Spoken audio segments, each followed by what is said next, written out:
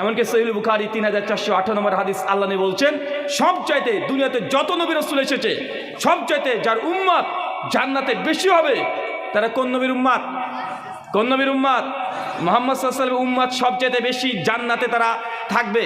আল্লাহর নবী এমন একজন নবী যেমন তেমন ব্যক্তি নয়। কিয়ামত যখন সংগঠিত হয়ে যাবে, আল্লাহ যখন বিচার কার্য শুরু করবেন, তখন সমস্ত নবীর উম্মত নিজ নিজ উম্মতের কাছে ছুটে যাবে শুধুমাত্র শাফাতের জন্য। কিসের জন্য? শুধু শাফাতের জন্য। যে আমি গুনাহগার, নবী মুসার কাছে মানুষ ছুটে চলে যাবে তার উম্মত, যে মুসা আপনি তো আমাদের নবী ছিলেন, আজকে এই কিয়ামতের মাঠে একটু সুপারিশ করেন। নবী মুসা আলাইহিস সালাম তার উম্মতকে সুপারিশ করবেন এমনটা নয়, বরং তিনি নিজের ওজর পেশ করবে যে আমি দুনিয়াতে এই কর্মটা করেছি, একজন মানুষকে খুন করে ফেলেছিলাম, আজকে আল্লাহ সুবহানাহু ওয়া তাআলা আমার উপরে অনেক বেশি রাগান্বিত, আজকে আমার কি হয় লা আদরি, হায় হায় আজ কি হবে।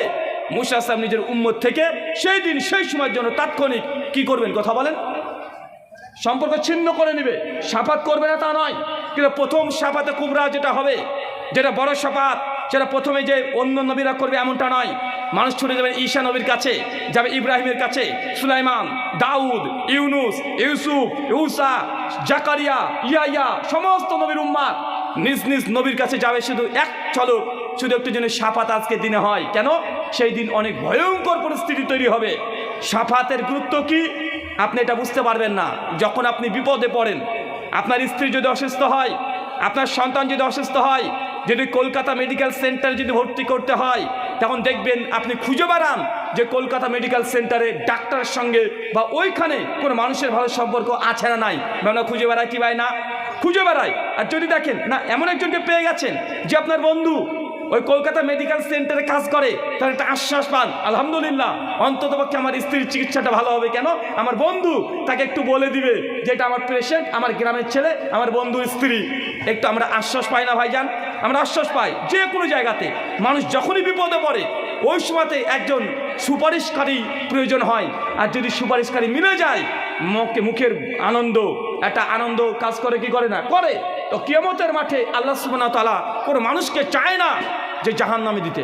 আল্লাহ চান যে আদম সন্তান প্রত্যেকেই যেন জান্নাতে প্রবেশ করে। এই জন্য অনেক রকমের প্রস্তুতি আছে আল্লাহর, অনেক রকমের প্রস্তুতি। তার মধ্যে এই একটা প্রস্তুতি, মানুষ যখন নবী মুহাম্মদ সাল্লাল্লাহু আলাইহি ওয়াসাল্লামের কাছে চলে যাবে, নবীর উম্মত যখন আসবে, চতুর্দিক থেকে সমস্ত নবী যখন তার উম্মতকে বলবে যে আজকে আমি তোমাদেরকে শাফাত করতে পারবো না, মানুষ যখন নবী মুহাম্মদ সাল্লাল্লাহু আলাইহি ওয়াসাল্লামের কাছে আসবে, আল্লাহ নবীকে দেখবেন যে তিনি সিজদায় লুটিয়ে পড়ে তিনি ক্রন্দন করছেন, কাঁদছেন, ইয়া উম্মতি, ইয়া উম্মতি, আল্লাহ আজকে আমার উম্মতের কি হবে?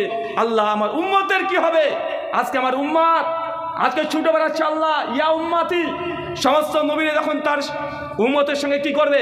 সম্পর্ক থেকে সাময়িকক্ষণের জন্য সম্পর্ক ছিন্ন করবে, আর আল্লাহ নবী লুটিয়ে পড়বেন যে ইয়া উম্মতি, আজকে আমার উম্মতের কি হবে? আল্লাহ আল্লাহ সুবহানাহু ওয়া তাআলা সেই সময়তেই আল্লাহ নবীকে বলবেন, মুহাম্মদ তুমি মাথা তোলো, তুমি শাফাত করো, যা চাইবে আজকে তোমার শাফাতকে গ্রহণ করা হবে।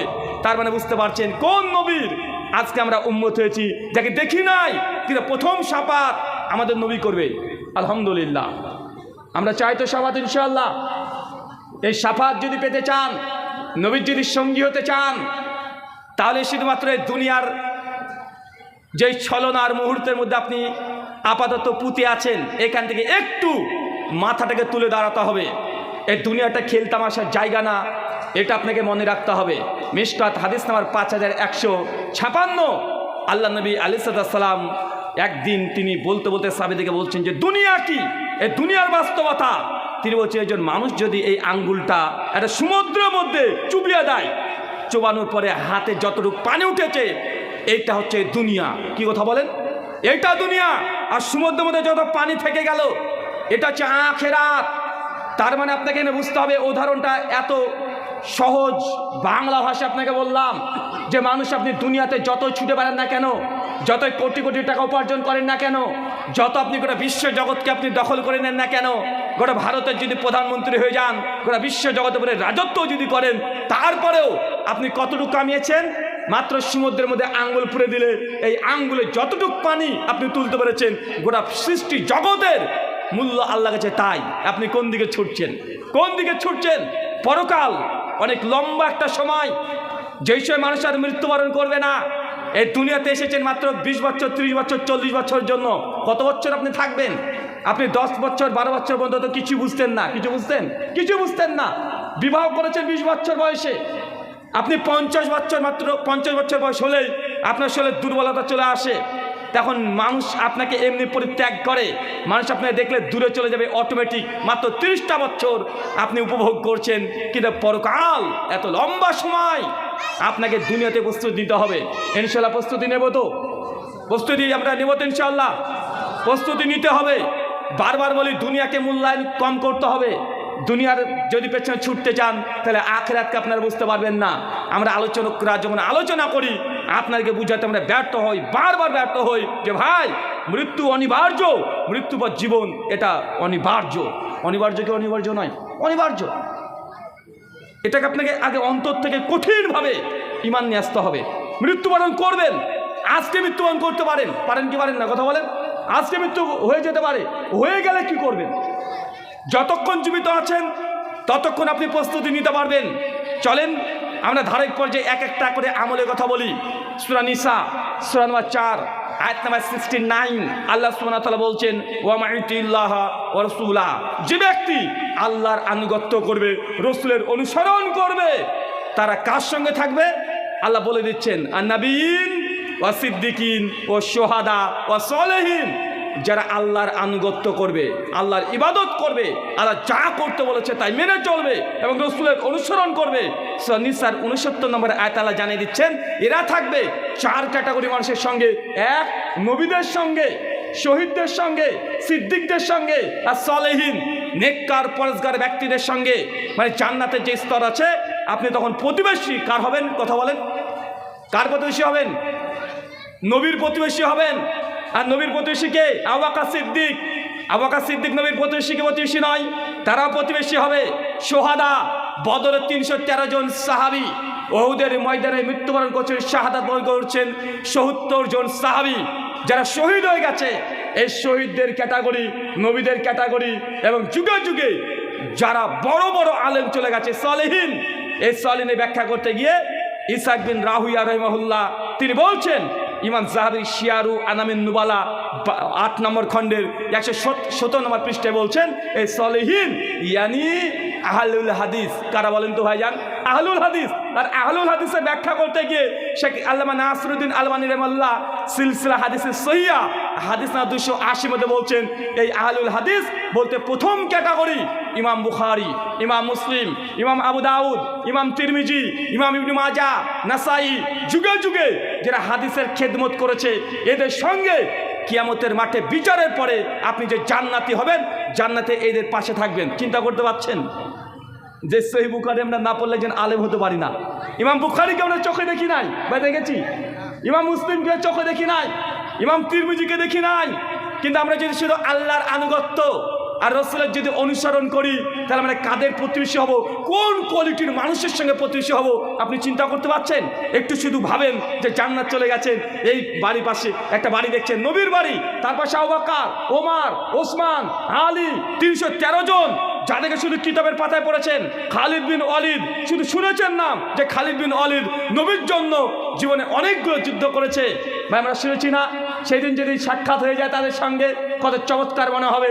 দুনিয়া 30-40টা বছরের কষ্ট, যখন জান্নাতে প্রবেশ করবেন অটোমেটিক সেই মহান মহান ব্যক্তিদেরকে দেখলে আপনার মনের অন্তর যে শান্তি, জান্নাত যে কত শান্তির জায়গা আপনি তখন বুঝতে পারবেন।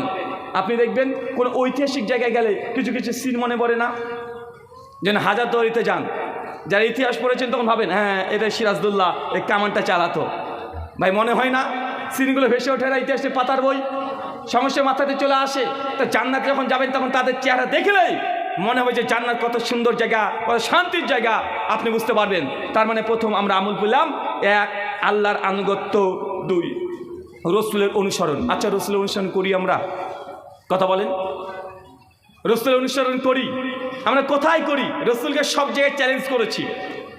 আল্লাহর নবীর আনুগত্য বর্তমান মুসলিম বিশ্বে যদি ধরা যায় 90% মুসলমান নবীর আনুগত্য করে না, এটা আপনি নিশ্চিত জেনে নেন। এর জন্য বেশি তো যাওয়ার দরকার নাই। আমি তো বলি আপনার ছোট যে সন্তান আছে, সন্তানের শুধু চুল কাটার স্টাইলটা দেখলে বুঝতে পারবেন যে চুলটা আপনি কার স্টাইলে কেটে দিয়েছেন। কার স্টাইলে কাটে চুল? কথা বলেন, কার স্টাইলে কেটেছেন? একদম গাজনি কাট।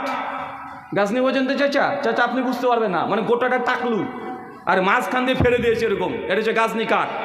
কেউ আছে মানে এই পেছন থেকে পুরোটা চাচা, সামনে কয়েকটা ঝুঁটি বেঁধে রেখে দিয়েছে। কার এই সামনেও আছে পিছনে আছে, কিন্তু সাইডে নাই। আছে না নাই? দাড়ি রেখেছে বিরাট কোহলি মার্কা। কি নাম? বিরাট কোহলি মার্কা দাড়ি। মানে আল্লাহ নবী যে সুন্নাতি দাড়ি, এই সুন্নাতি দাড়ি আমার পছন্দ হয় না। বিরাট কোহলি একজন প্লেয়ার, খেলোয়াড়, আপনি তার আনুগত্য করছেন, তাকে আদর্শ হিসেবে গ্রহণ করেছেন। কোরআনুল কারীম সূরা বানী ইসরাঈল 17 আয়াত নম্বর 71 আল্লাহ বলছেন ইয়াউমা নাদউ কুল্লা উনাসিন বিইমামিহিম, সেই দিন প্রত্যেক মানুষকে তার ইমামের সঙ্গে তোলা হবে। আপনি দুনিয়াতে যাকে নেতা মেনেছেন, যাকে আদর্শ মেনেছেন, যাকে অনুকরণ করেছেন, কিয়ামতের মাঠে হাসরের দিন আপনি তার পেছনে উঠবেন। মানে সে যদি এখন বিরাট কোহলিকে যদি আপনি আনুগত্য অনুসরণ করেন, আপনি যদি সচিন টেন্ডুলকারকে যদি আনুগত্য অনুসরণ করেন, সিনেমার নায়ক নায়কের যদি আনুগত্য অনুসরণ করেন, বলতো হাসর আপনার কার সঙ্গে হবে? কথা বলেন, কার সঙ্গে হবে? আপনার মেয়ে তো 3 বছর আগে পাখির ড্রেসের প্রেমে এতটাই পড়েছে, পাখির ড্রেস ছাড়া ওর ঈদ হবে না। সেরকম ছিল না? ছিল না? ছিল। মানে আপনার মেয়ে তার আদর্শকে দুনিয়াতে ওই কোন এক সিনেমার নায়িকা, আপনার স্ত্রী বলছে এবার ব্লাউজের কাটিংটা এটাই করব। কেন? ওই কোন নায়িকাকে দেখেছে এমনটা, যখন পোশাক কিনছে আগে থেকে বলছে যে ওর মতো পোশাক কিনতে হবে, এটা করতে হবে। গোটা বিশ্ব জগতে মুসলমান দাবি করছে যে আমরা আল্লাহ নবীর আনুগত্য অনুসরণ করি, কিন্তু একটা জায়গাতেও নবীর আনুগত্য অনুসরণ নেই। প্রত্যেকটা জায়গাতে পশ্চিমা বিশ্বের আনুগত্য আদর্শকে আমরা গ্রহণ করেছি। একটা